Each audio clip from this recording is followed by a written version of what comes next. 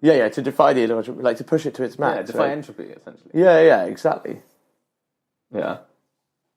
But then, like, I think if we... What do you mean? The meaning of society? Yeah, not the purpose of it. What's the meaning of society? Well, I don't know. Like, in terms of the ways we've just like defined meaning, Yeah. There is no meaning. There's no meaning to anything. Just the fact that it is meaning. So now you're a nihilist. I always was. I just don't. No, that's not true. Like just now, you gave me a perfectly beautiful meaning of your life. But what was the meaning of my life? To make connection with nature. No. Those are the meaningful moments in my life. But that's also what you're trying to do in your life.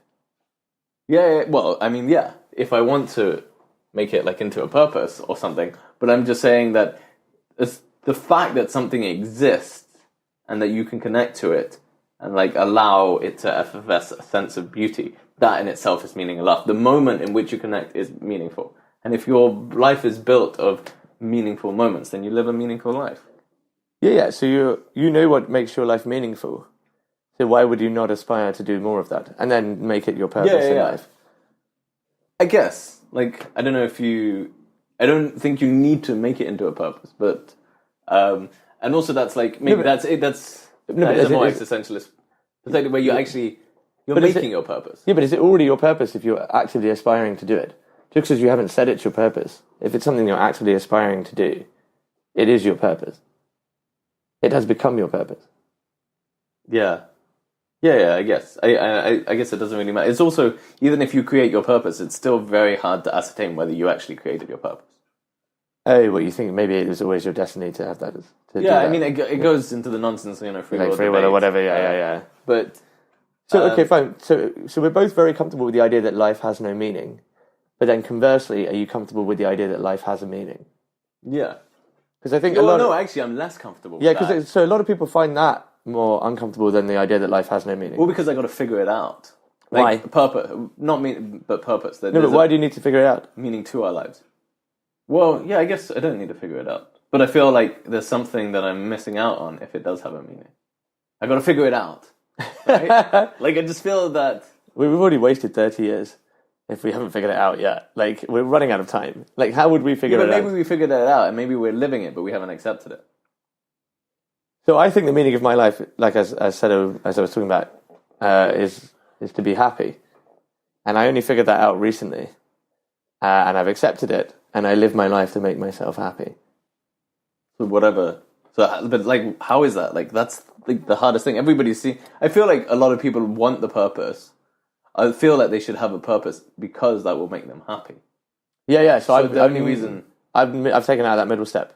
My purpose in life is to be happy. Yeah, but how do you achieve happiness? I feel like the only reason a lot of people are they're only concerned with the notion of purpose because they feel like their life lacks purpose. Well, in order to achieve happiness, they need to answer this question. Yeah, but that I disagree with. I think to achieve happiness shouldn't be based on like this criteria that a lot of people have. And like most people's purpose, isn't it, is to make money, or to have a family, or to have a big house, and that's what they think their purpose is.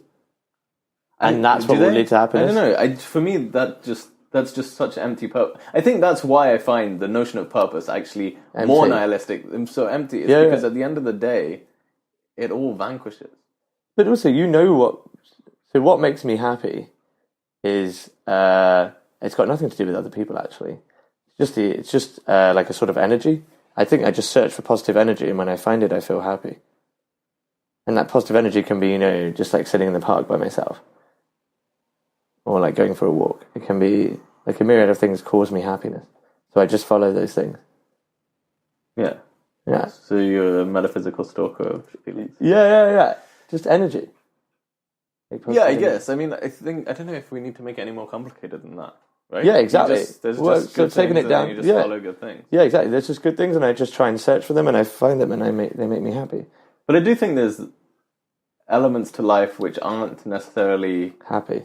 Yeah, but they do evoke meaning. They do create like sense of virtue, create like a internal like fabric which helps us to derive like connection, which are things which aren't typically happy things, which might be through sickness or death, or, that's or very actually, true. like helping people. Sometimes like helping people is really difficult. Yeah, no, I agree. But I Takes think a lot out of us.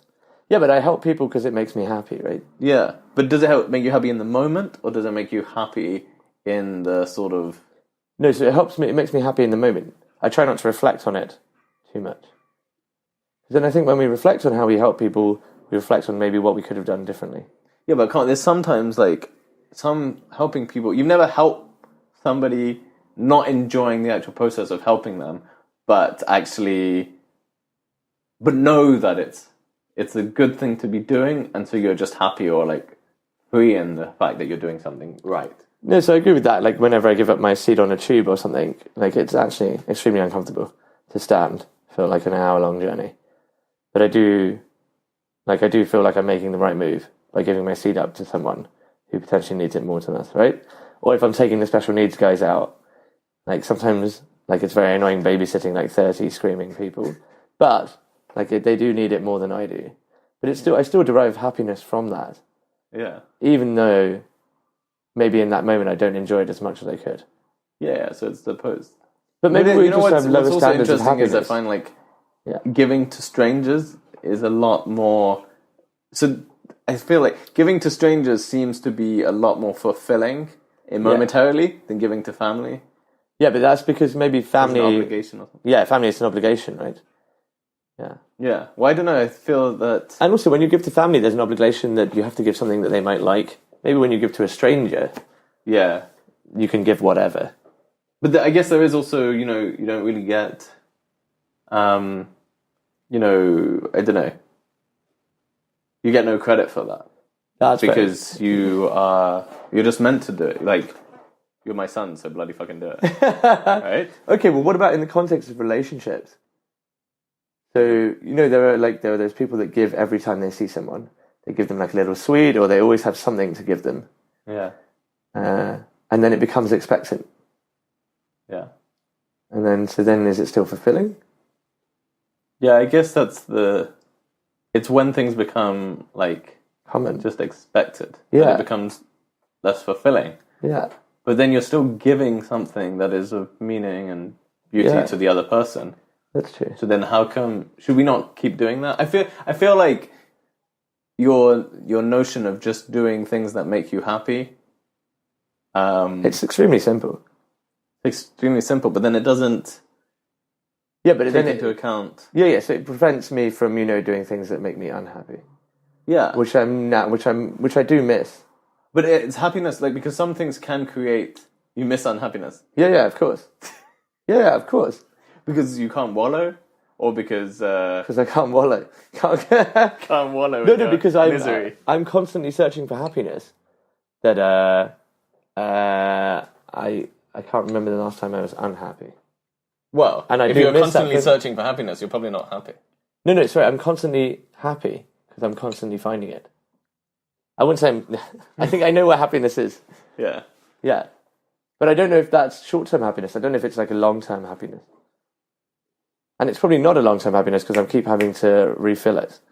Yeah. I guess one of the most profound things that I realized, I think this was quite important for me when I was sick, was... That you weren't dying. No, that time is made of moments. Time is made of moments. In what way? In the sense that I would always have this grand notion of like things. Oh, I really like that. But then I just realized that actually, it's not if I create just one moment of joy, all I need to do is create one moment of joy now. Yeah. And so that's maybe why I'll look at a tree or something or a stone or a sky and just find some beauty. And then I would realize that all I need to do is if I do that once a day, then I'll have these beautiful moments of joy, and then actually my life will be made of these beautiful moments of joy. So that's what I'm doing though.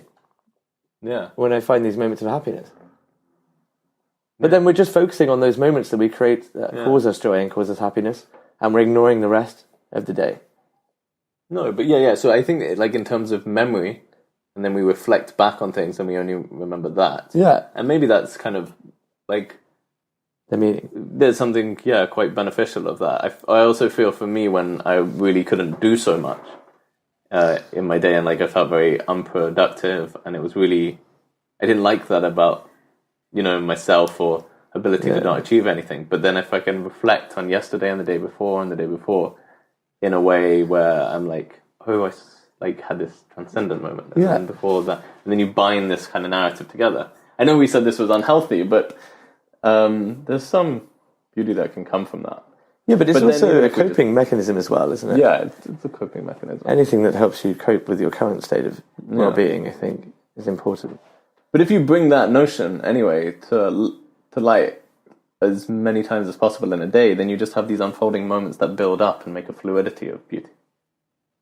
And you think beauty is the key? Well, I don't know. For me, I'm not sure if maybe not for everyone, but for me, beauty is the path to meaning. So is this the key, that everyone has a different meaning to their life, and yet we're convinced that everyone needs to have the same meaning? Like it's we either all have the same meaning in our life, or we have no meaning to our life. Like we're very reluctant to accept that people can have different meanings. That everybody has different. No, we think everybody has different purposes. Do we really? Yeah. I mean, like the concept of religion is that everyone has the same purpose. Is it? Yeah, of course. Purpose is to procreate and to live without sin.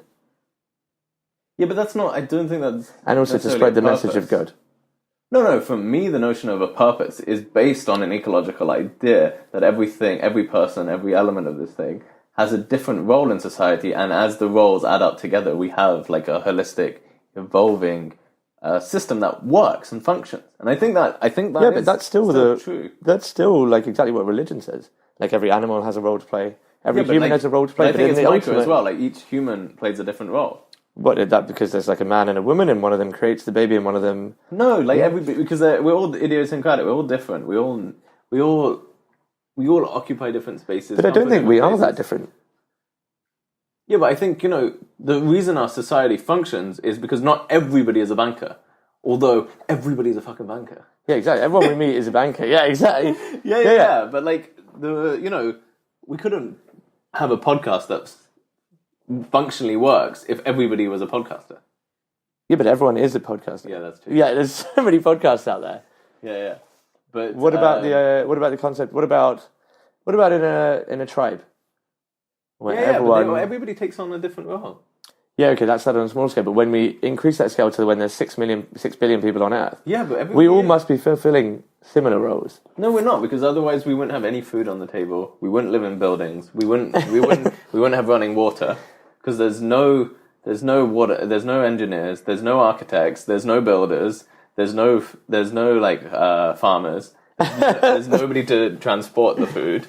Right? Everybody's just in a bank or making a podcast.